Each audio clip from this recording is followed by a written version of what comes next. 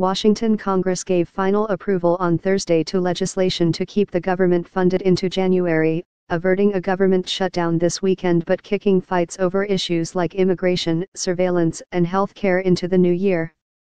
The Stopgap spending bill extends government funding until January 19 while also providing a short-term funding fix for the Children's Health Insurance Program, or CHIP, whose financing lapsed at the end of September.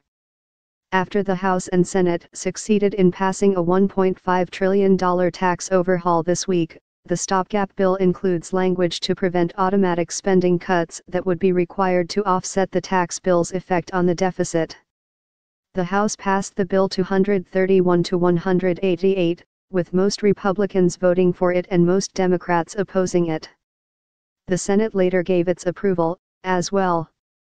The extension of government funding saves Republicans from what would have been a colossal embarrassment just after they celebrated passage of the biggest tax rewrite in decades. But the lack of a resolution to several pressing issues leaves lawmakers facing a tough task when they return after the holidays, with the possibility of a high-stakes showdown when the next government funding deadline approaches.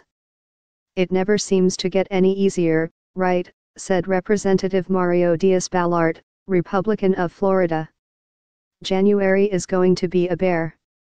Separately, the House voted Thursday to approve $81 billion in additional disaster aid in response to this year's hurricanes and wildfires. But the Senate does not plan to take action on the aid package until the new year. The failure to resolve so many issues left bruised feelings in both parties. Promised bills to shield young immigrants from deportation, extend a surveillance program, bolster the military and stabilize health insurance markets were all left for another day. Representative Nita M. Lowey of New York, the ranking Democrat on the House Appropriations Committee, declared the Stopgap bill to be an epic failure of governing. But the disappointment was not enough to keep Congress away from its holiday break. Lawmakers needed to take action because government funding was set to lapse at the end of Friday, though as Thursday began, it was unclear whether Republican leaders would be able to find the votes they needed to avert a crisis. President Trump weighed in on Twitter in the morning, accusing Democrats of wanting a government shutdown in order to take attention away from the tax overhaul.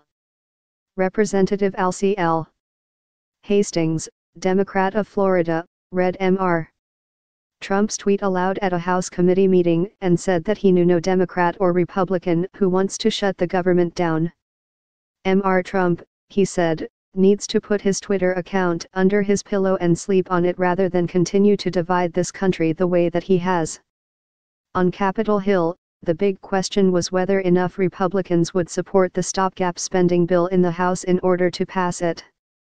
Many Republicans in the House have grown impatient as they seek to raise military spending.